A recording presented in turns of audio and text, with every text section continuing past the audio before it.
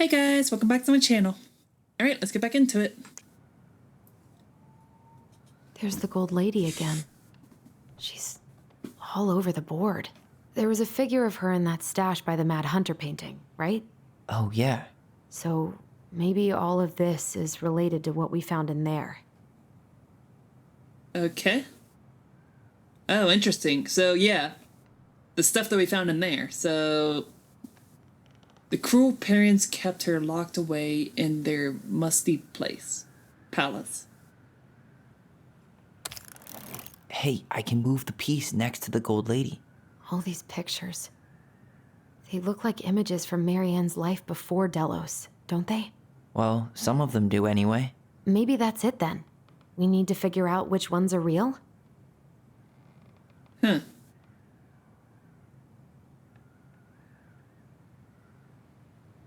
This one. The princess dancing, playing violin, spinning wool.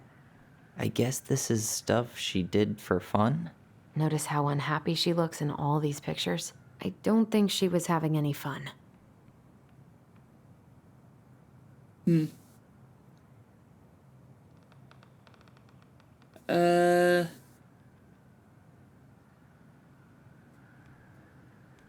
Horse, I guess? Running away from school. No, from,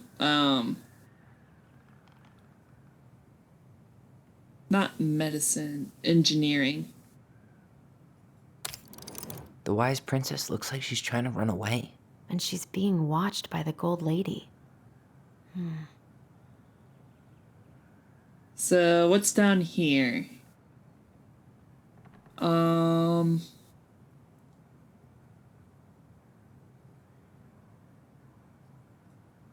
Shit, let's see here. We need... So we looked at that, oh, Birdie. So that's the top one. And then Brent. You deserve better than cliche bullshit deal with, and I've realized I'm just not ready. Without your mom constantly putting pressure on us.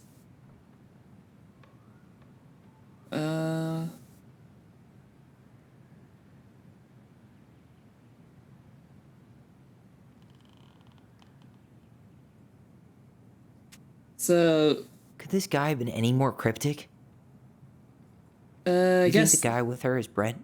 From the letter? I would guess so. Oh, okay. So he likes plants. So the birdie. Is the gold lady setting the animals free? Judging from the broomstick, I'd say she's getting rid of them, not setting them free.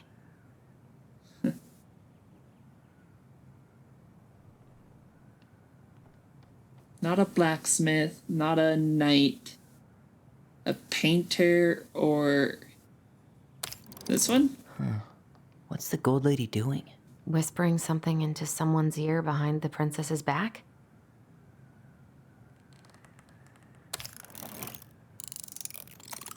Is that it? It's There opening. we go. What's in there this time?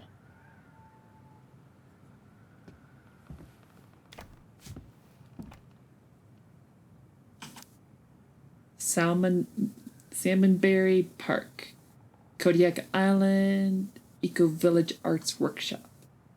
Whoops. Wrong button.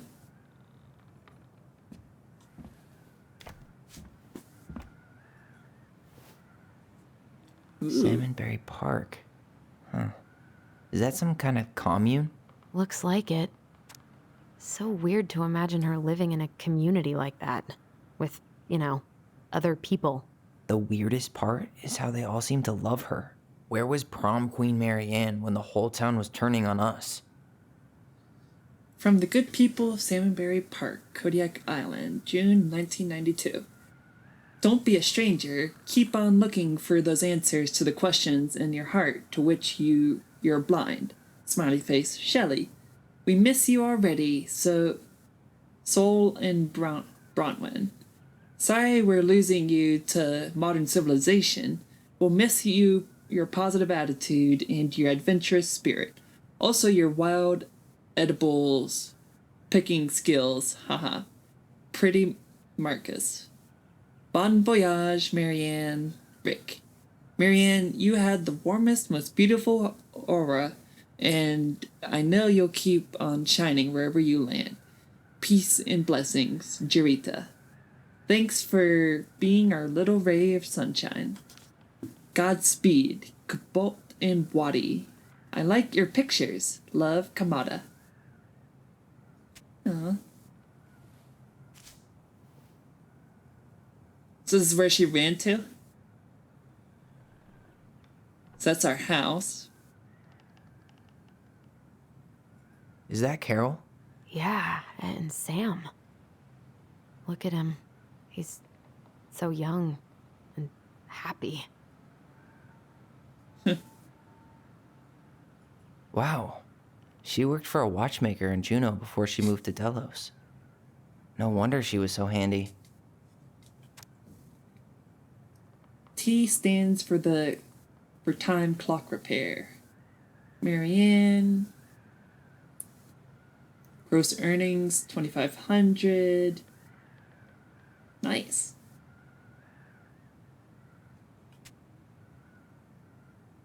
Oh, so that's how she found the house. Here is my Dallas Crossing pal's number. I let him know you were interested in the house he's selling. Tammy.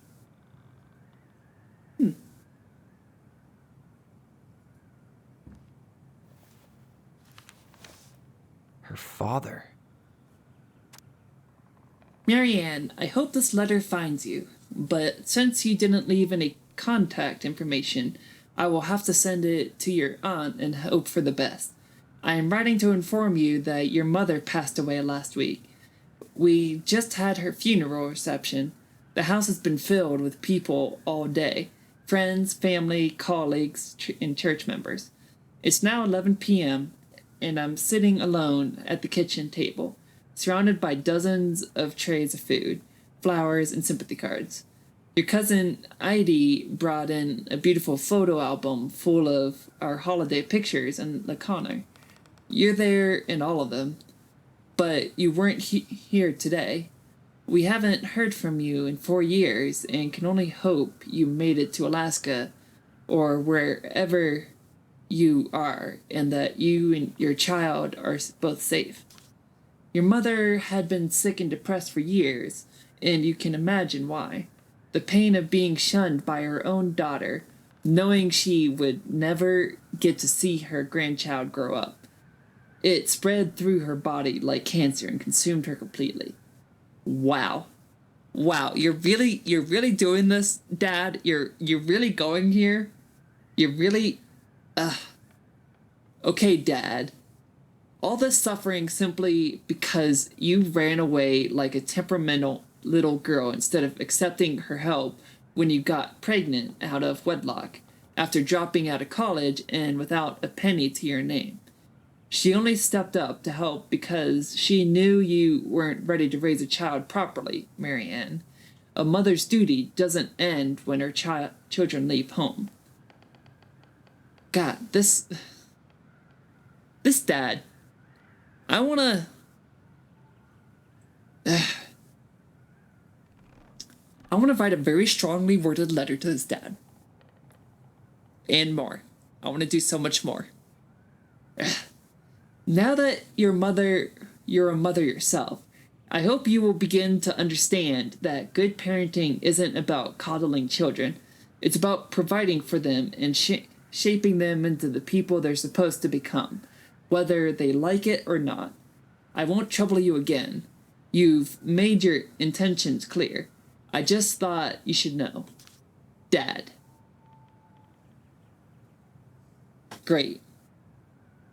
What the hell? Marianne was pregnant in 1992, before she even got here. Before us? Do we have a long-lost sibling out there somewhere? It's possible, but she could have given it up or miscarried. Who knows? Yeah, you're right. I didn't even Do you catch that think we detail. could track down her father? You mean the grandfather she never told us about? I don't think I want to. You're not at all excited about having more family. You saw the letter. I don't think we want any part of that. Fine. Let's keep digging. Yeah. I don't think we want any part of that either. That does not sound like a very good grandfather. This just lit up, so I think we're supposed to try this one next. Okay. What's this? Some sort of map? One day, she took her tiara and ran away to the forest. Okay.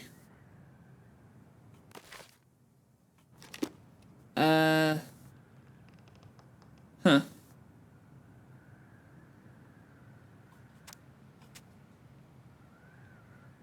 So, Hey, I want to take a crack at this one before we try to figure out any others.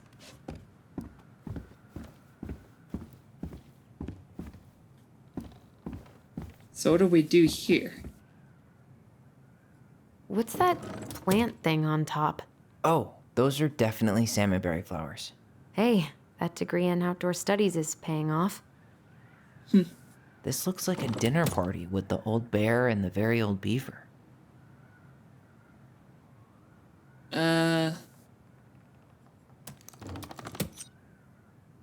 This is the princess's house. Oh, we're supposed to go in order? Maybe we're supposed to go in order. That's the gold lady's castle.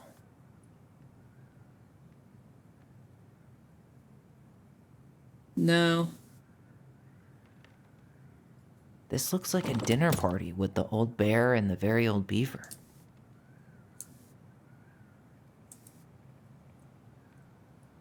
Who's the old bear and who's the old beaver?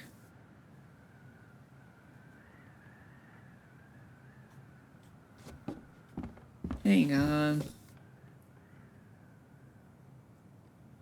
Oh, so Salmonberry Park was where she, yeah, it's the community. Salmonberry Park. Huh. Is that some kind of commune? Looks like it. So weird to imagine her living in a community like that. With, other people. Yeah. The weirdest part is how they all seem to love her. Old beaver and Where the was bear. Prom Queen That's the Mary party. Ann when the whole town was turning on us? So that's last. Second to last. Wow. She worked for a watchmaker in Juneau before she moved to Delos. No wonder That's she was so third handy. to last. Okay, so Castle, Salmonberry. Let's see here.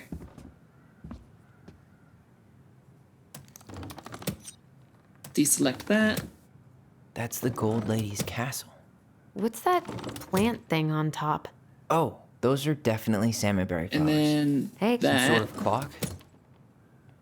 This looks like a No, dinner not party that. with the old bear and the very old beaver. This is the princess's house. And then that. This looks like a dinner party with the old bear and the very old beaver. Woohoo! Yes. Man, What's this in is there? some really Another advanced letter? stuff. The princess's laws. Is this from the Book of Goblins? Princess Not Lost that I Treasure. know of. Well, sure looks like it could be. The princess is lost. Once upon a time, in an ancient and deep forest, there lived a wise princess in a big wooden house. She had made it through the woods and to that house with nothing left but the clothes on her back and a single item from her old life, a splendid tiara. She lost almost everything in her desperate flight from the Mad Hunter. The trees tore the rucksack from her back and shredded her dress and left a pattern of red welts on her skin. But through it all, she clutched the tiara close to her chest, fearing any missteps could cause it to fall from her arms and break.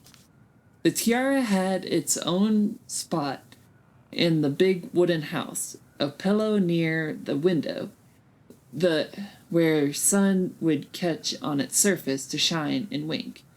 The princess could stare for hours at the tiara, marveling in its beauty and running her thumb down its curves.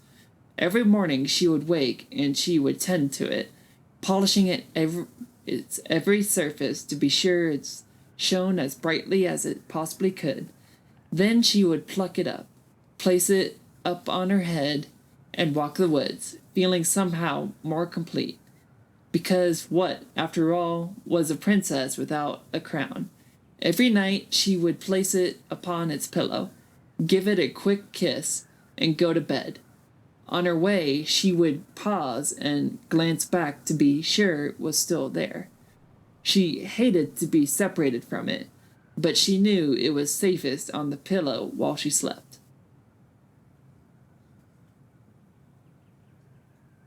Okay. So...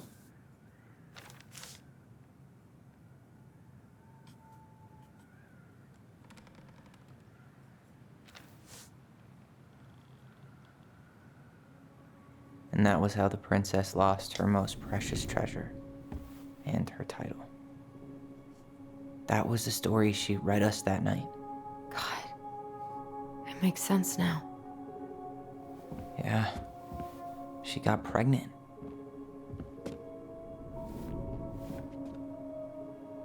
And she ran away to start a new life.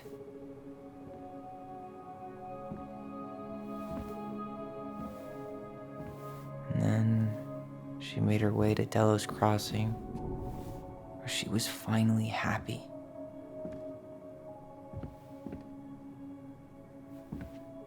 But then the baby died.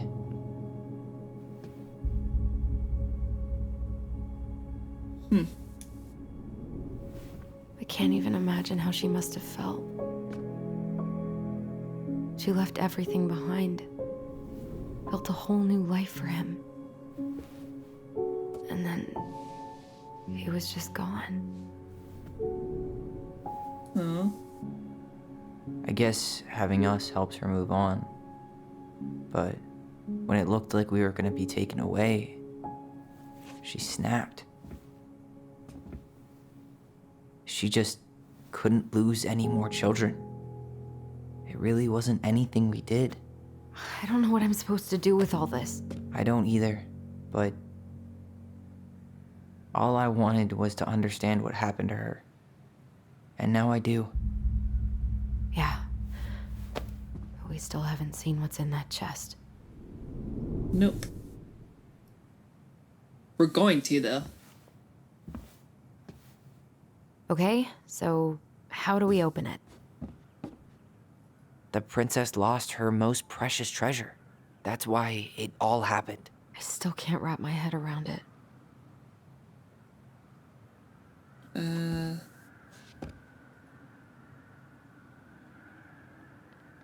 Sit Back down. in your pond, Big Frog. Oh. Here, the secret keeper, hiding secrets in the clouds. Gold Lady stays locked up in her castle. Dang it, We'll we let missed the one. mangy muskrat have his rock back. The Ice King goes in the forest, obviously. There you go, stalwart moose. Damn it.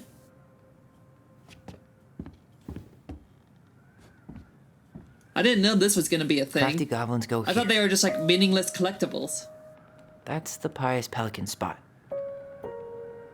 The wise princess goes in the big wooden house, of course. The moon hag's gotta be imprisoned in her lake. So I missed 3. Damn it.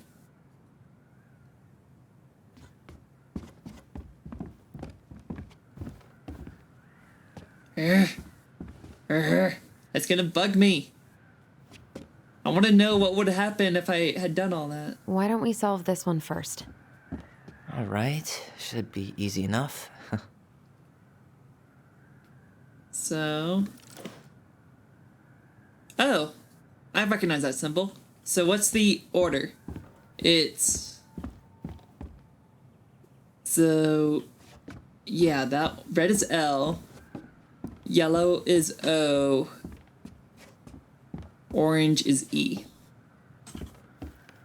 Why don't we just break this open? There's a crowbar right downstairs. What? No. You don't want to try and figure out what all this means? I'm so done with her riddles. There we go. Yes. Sweet.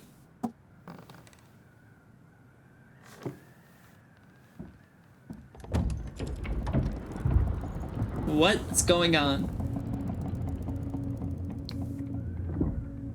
Whoa. Did it just get darker in here? Dude, Marianne, why are you... This is way too much. Look. Baby blanket. Ollie. She noticed.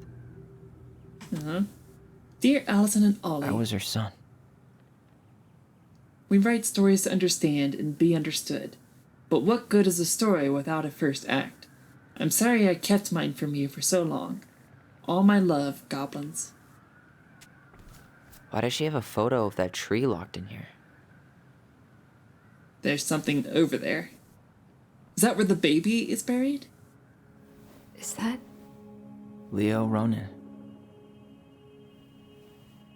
No. Why didn't she tell us about him? Why didn't she tell us any of this? I mean, it's fucking terrible. That's why. Allie, did we do the right thing opening this? We did. It's better we know what happened, even if it's hard. Yeah. There's one more thing we need to see. Are you sure? Yes. We need to see who our father was. Come on. Let's go to the dock. It's time to finish this. But what about these things? The crafty goblin's loot. That's from The Princess and the Two Thieves. I drew the original. And I distinctly remember drawing that cake, which is arguably the best part of that illustration. All right, Picasso. Then you probably remember what the goblins stole in that story, huh? Crafted goblins loot. Let's see here.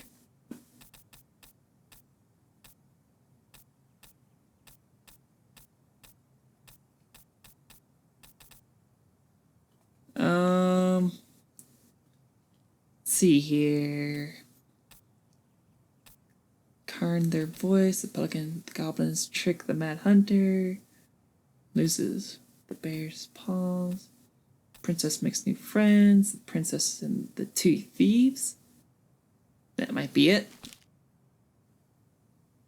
Once upon a time, in an ancient and deep forest, there lived a wise princess in a big wooden house. The house was built from the strong wood of the forest, and it kept the princess warm and safe.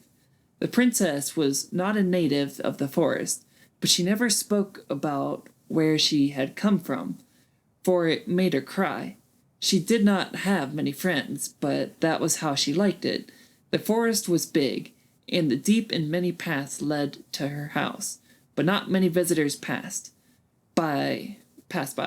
The princess was happy to be left alone in the big house in the deep forest.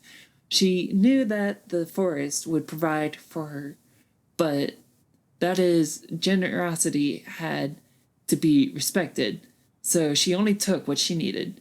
And for a long time, life was just fine for the princess in the big wooden house. One winter day, when snow blanketed the hearth and ice bent the trees low, the wise princess realized that food was disappearing from her house. It was not much at first, only a few fruits and nuts, and eggs vanishing during the night. Maybe it's the birds, she said, or the mice. And for a time, the princess was okay with losing some food, for the winter was long and little creatures needed to eat too. But then small items started to disappear as well. Spoons and plates, forks and knives, and blankets. It was as if every time she was in one part of the house, something disappeared in another room. That can't be birds or mice, said the princess. I think I have a thief.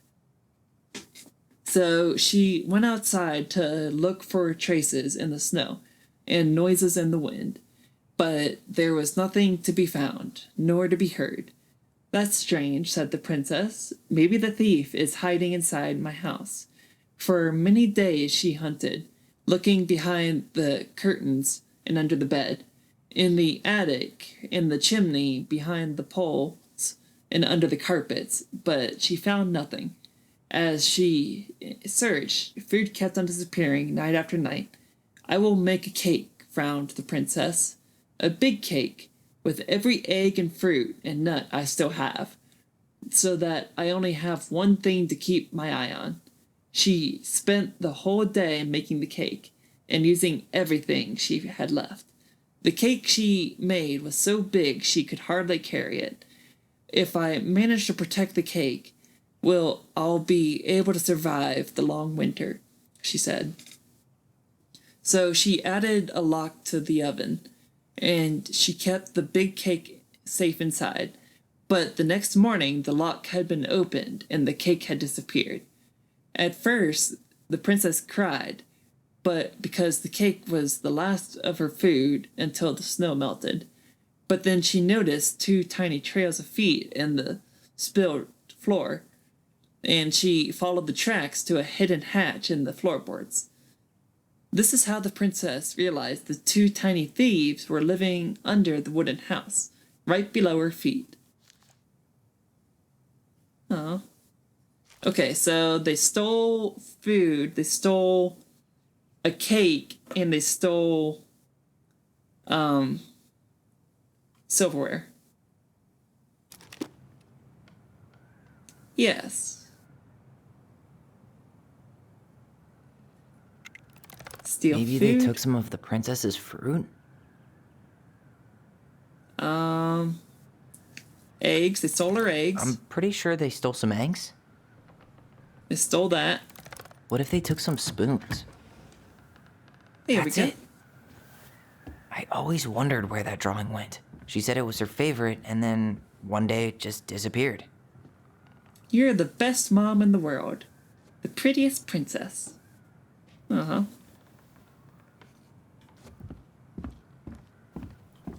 The Very Old Beaver's Repair List. That's the story where the princess's house gets damaged by a storm and the animals help her fix it. The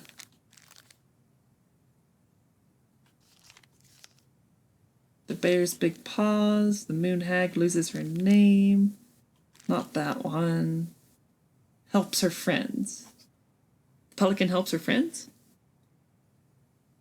Once upon a time in a actually no, wait. What did they do to fix it again? What's the picture? Let's just go picture by picture. Because that last one was kind of similar to the picture. Yeah, the Princess and the 2 Thieves.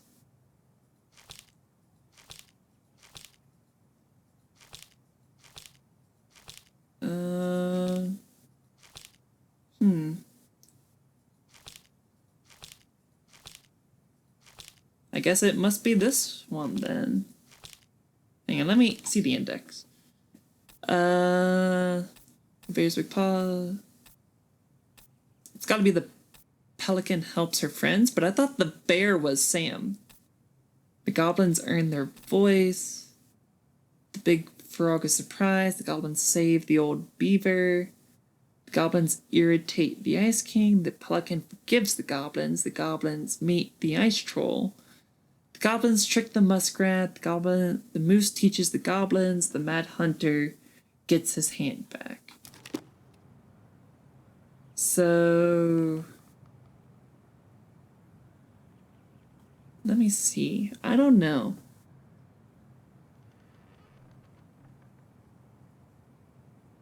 Fix the broken window. She fixed the broken window. She repaired the water leak.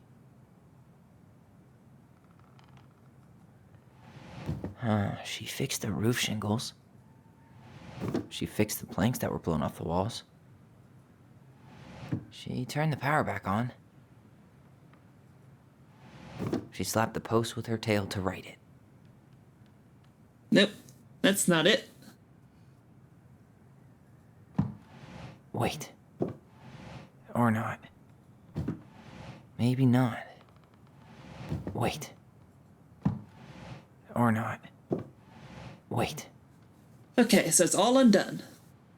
So the very old beaver's repair list. So it's got to be the very old beaver. Goblins save the old beaver, maybe? Is there a symbol to this one? No symbol? Huh.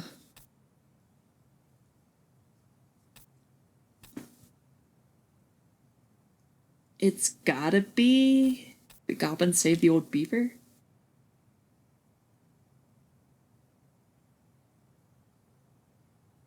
No.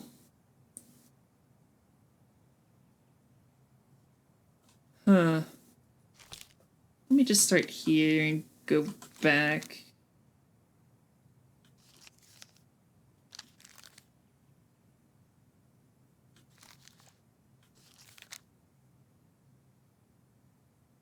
It's gotta be this one. Right? Once upon a time, in a deep and ancient forest, winter gave way to spring in a sudden burst of warm air that melted all the snow and all the ice all at once. The river swelled until it could no longer hold all the water in, and then it spilled out to create new rivers in places where no one was expecting them. The whole of the forest went into a panic, looking for shelter from the rising waters.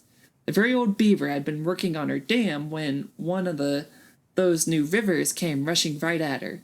She screeched and squealed, but whatever direction she ran, more water appeared. She was caught in the flooding, and though she had once been an excellent swimmer, age had taken its toll. And so the raging water carried her off at a speed she couldn't control. "Help!" she called. When the crafty goblins had been running back to their cave under the big wooden house, when they heard the beaver's cries. "We have to help the beaver," one goblin said. You go one way and I'll go the other." They ran, keeping in touch with the gift of voice. Finally, one of them spotted her, twisting and tumbling in the river. But she was on the opposite side of the water, and the goblin could not reach her. "Brother," the sister goblin called out through the gift of voice, "I see her, but I can't get her. Maybe you can. I'll try." The goblin guided her brother so that he would hit the river in just the right spot to reach the beaver.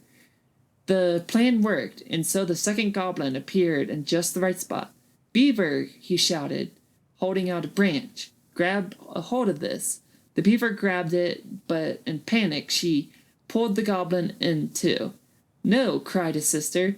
She ran as hard as her legs could go, and managing to outpace the river and get ahead of the beaver and her brother. Searching for some meanings of getting them out, she spied a low-hanging branch. They zipped by it quickly, but if they were fast enough... "Brother," she cried out through the gift, "you're coming up on a low-hanging branch. You'll zip by it quickly, but if you're fast enough..." "Got it," said the brother, and then he said to the beaver, "Get ready to grab a hold of a low-hanging branch. We're going to zip by it quickly, but if we're fast enough..." Suddenly, they were right in front of it and reached out, snagging hold, though the water beat against them. Trying to shake them loose, they pulled themselves along the branch and back to dry land. When they were all safe, the very old beaver thanked the goblins. "But how," she asked, "did you know where to find me? And how did you know that branch was coming?" The goblins shared a secret smile. "Just lucky, I guess," they said.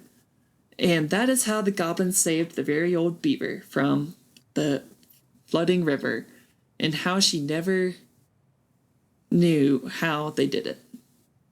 Okay, so that wasn't it. So yeah, it's gotta be the bear's big paws.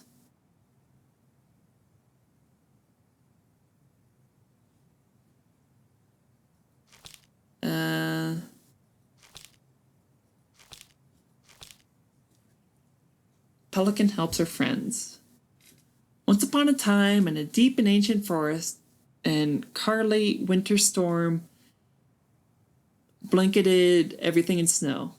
It was so early in the year that the creatures of the forest were not ready for an ordinary winter, much less a bad one, and everyone agreed the storm was a sign the Ice King had plans for a long, cold winter. The princess had grown up in a kingdom where it was all sunny all year long, and the goblins were very young, so no one in the big wooden house knew how to prepare for such a winter. The house was not well insulated, and they did not have enough fuel or food. Only the pious pelican noticed their plight when it came time to fly south with the other birds. Her heart was heavy with sadness. What can I do? She thought. I'm a migratory bird, and if I were to stay, who would look after my flock? The time came to go, and the pelican struggled to take flight. It felt as though a leaden weight were stuck right in the center of her chest. What can I do? She thought. I'm a migratory bird, and if I were to stay, who would look after my flock? She managed to take off, but only just barely, flapping fiercely to catch up with the other birds. As the pious pelican began her journey, the storm picked up, battering her to and fro. She had fallen well behind the flock, and she was already growing tired. But for all her challenges in the air, she could tell things were much worse on the ground. A deep freeze had settled over the forecast. The leader weight in her chest grew heavier as she thought of the princess and the goblins.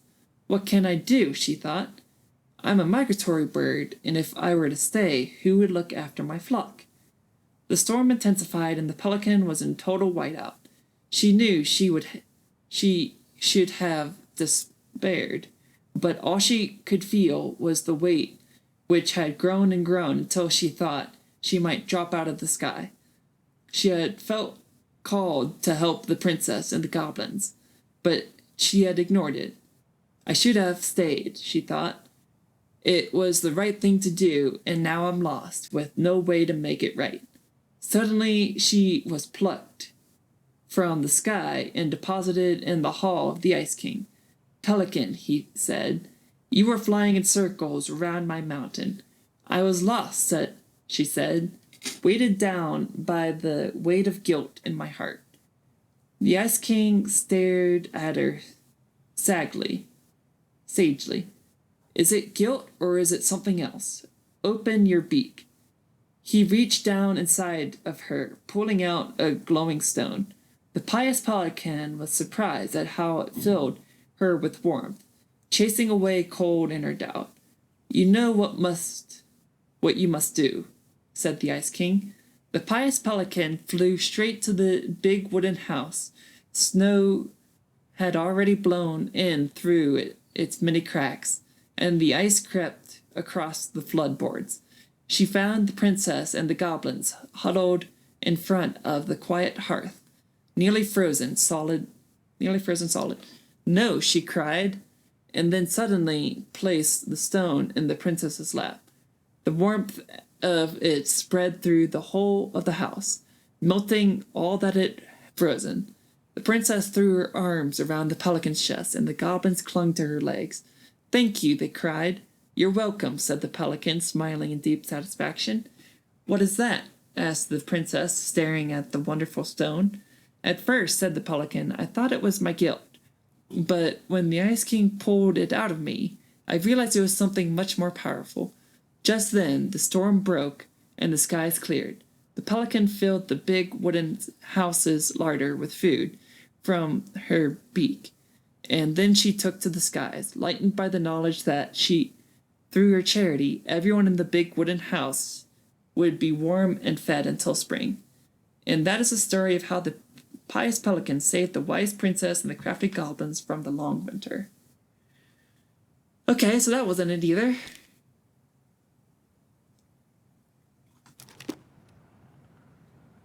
Let me see here. Very Old Beaver's repair list. That's the story where the princess's house gets damaged by a storm and the animals help her fix it. Yeah. What did they do to fix it again? So the bear and the princess, the beaver fixes the house. Are you fucking kidding me?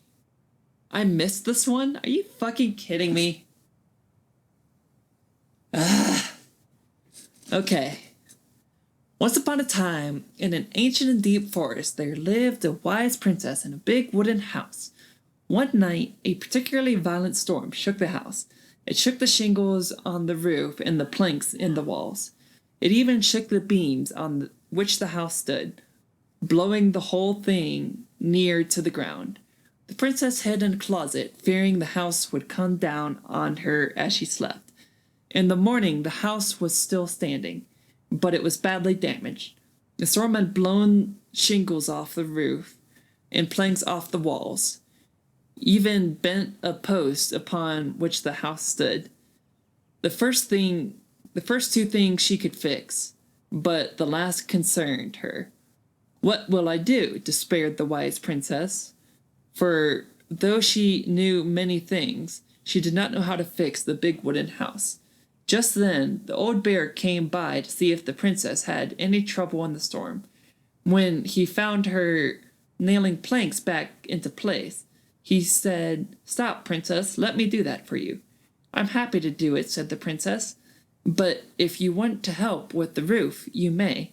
When the pair were done with the roof and the walls, they examined the bent support post. "I could throw my body against it," said the bear. "I am very large." He stretched up onto his hind legs, being sure the princess could appreciate how very large he was, then charged straight at the post. He threw his body against it with impressive thud. The impact moved the post, but too far. It ended up bent the other direction.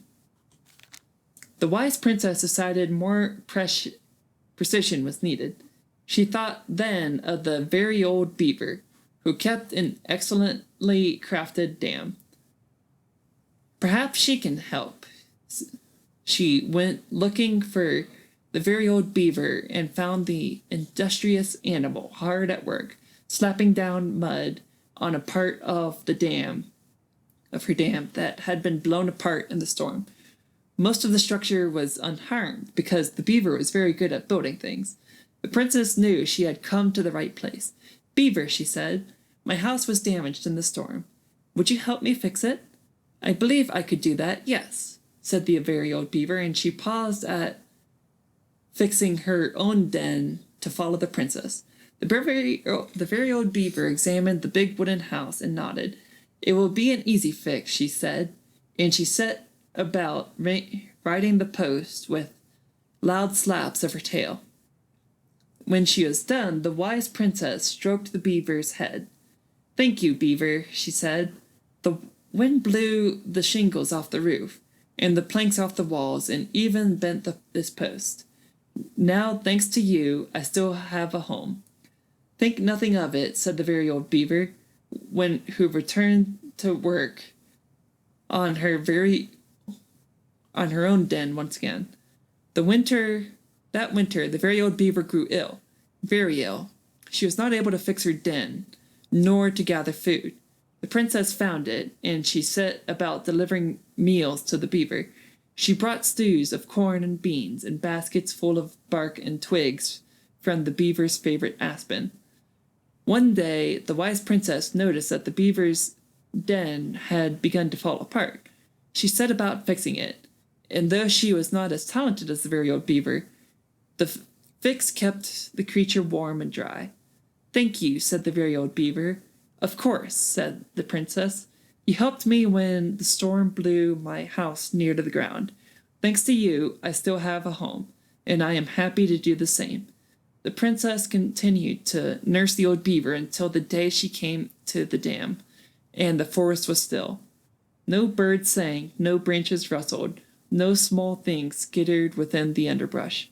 Oh, said the princess, staring sadly at the dam, for she knew the old beaver had passed on. Goodbye, my friend. And that is how the very old beaver saved the big wooden house, and how the wise princess repaid her kindness.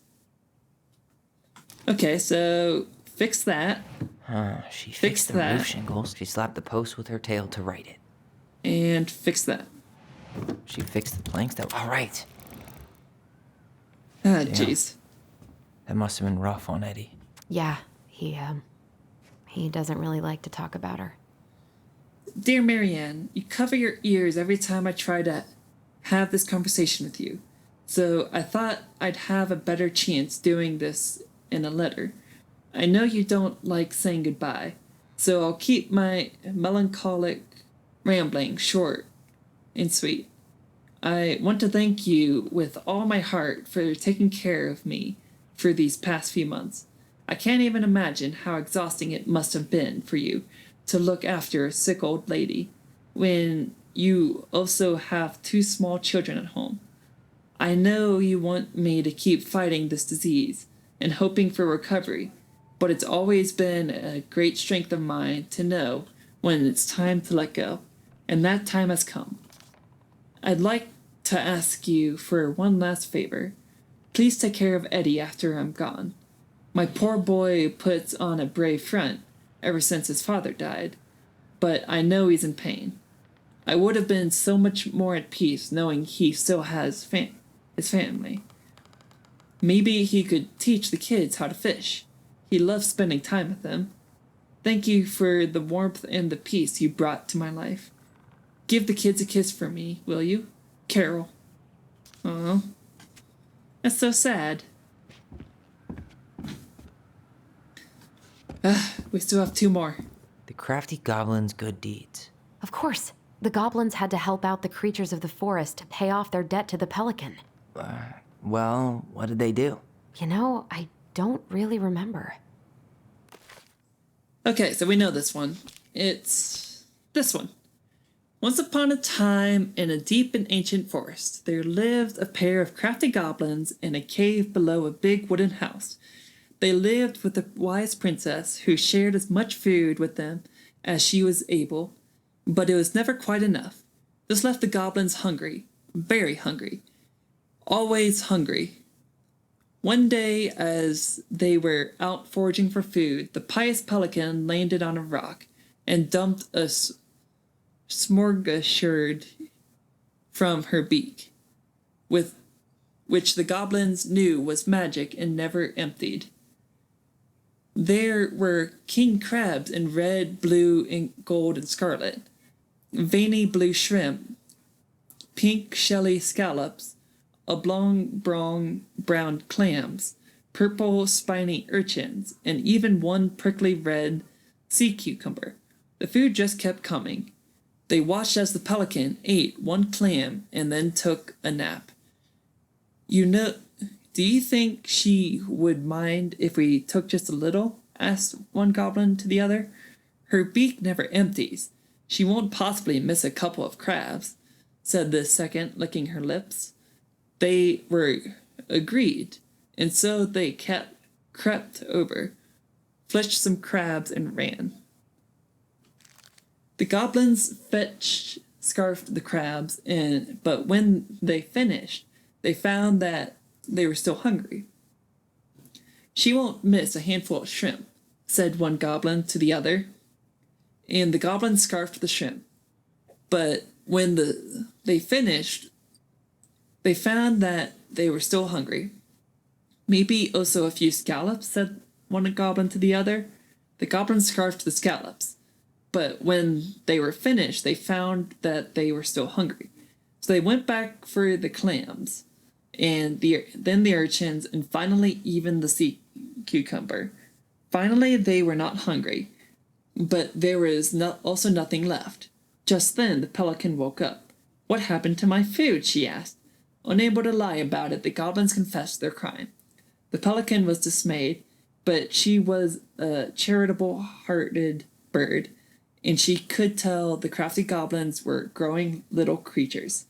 "Goblins," said the pious pelican, "I will share my food with you, but you must, in return, follow my example, and be as generous with the others as I am with you. Take that to heart, and I will have considered your debt paid." "But we have nothing to give," said the goblins. "You have your nimble hands and your crafty brains and your loving hearts," said the pelican. The crafty goblins realized how much they had to give, and for the rest of the day they looked for ways to help the other creatures of the forest. They found the stalwart moose struggling with an itchy, hard-to-reach spot on its back, and so they climbed up and gave it a good scratching. Next, they helped the old bear, who could not get the honey out of a narrow beehive. They climbed up to the top of a tree with the hive. And then dropped it, cracking it open. Finally, they found the princess crying over a loss she would not speak about. So they wrapped their little arms around her in a great big hug and stayed until she felt better. When they were done, they returned to the pious pelican. "Did it feel good being as generous as I am?" asked the pelican. "It did," said the goblins. "I am glad," said the pelican. "We all have problems that we can't solve on our own. But if everyone goes about with generosity in their hearts, then there is always someone on hand to help. But we all must commit to do so, or there may be no one there to help you when you need it." This made sense to the goblins, and they thanked the pious pelican for her food and the lesson. Of course, by this time they were hungry again, and that remained an ongoing problem until the day the stalwart moose taught them to fish. But that is another story. And that is how the pious pelican forgave the crafty goblins, and how she taught them charity. Okay. So let's see here. The moose. They gave the stalwart moose a good scratch on the back. Yeah. Next they helped the old bear. They broke open the beehive for the bear. They cracked it. Finally, the princess. They hugged the princess when she was crying. There we go. Nailed it. Our lives would have been so different if their friendship hadn't gone to shit. The Pelican Crossing is a specialty gift boutique located near the Oshea Glacier, catering to Gastineau Channel tourists as well as Delos Crossing locals. We specialize in an assortment of high quality products, from home accessories, handmade souvenirs to personalized apparel and locally made art. The Pelican Crossing will be the first store to act as a relay between the buzzing arts and craft scene and customers. In addition to a wide array of novelty handcrafted products, the consumer will enjoy friendly and knowledgeable customer service from the Vecchi store co-owner Tessa Vecchi and up-and-coming artist Marianne Ronan. This business plan is prepared to obtain financing in the amount of $20,000 to purchase inventory and to help cover expenses in the first year of operations. In year 1, the Pelican Crossing plans to break even, and in year 2, we plan to generate a moderate profit. Working on the executive summary part of our business plan. What do you think, Tessa? So they were gonna start a business together. Huh. I wonder why that didn't happen. The old bear's gifts Okay, for the guys, princess. well, I'm totally blanking on that story. I think I'm gonna leave this episode here. Thank you so much for watching. I've been the lovely Miss Scarlet Fox. Please be sure to like the video, comment all the comments, subscribe to the channel, all that good shit. And I will see you guys in the next video. Bye.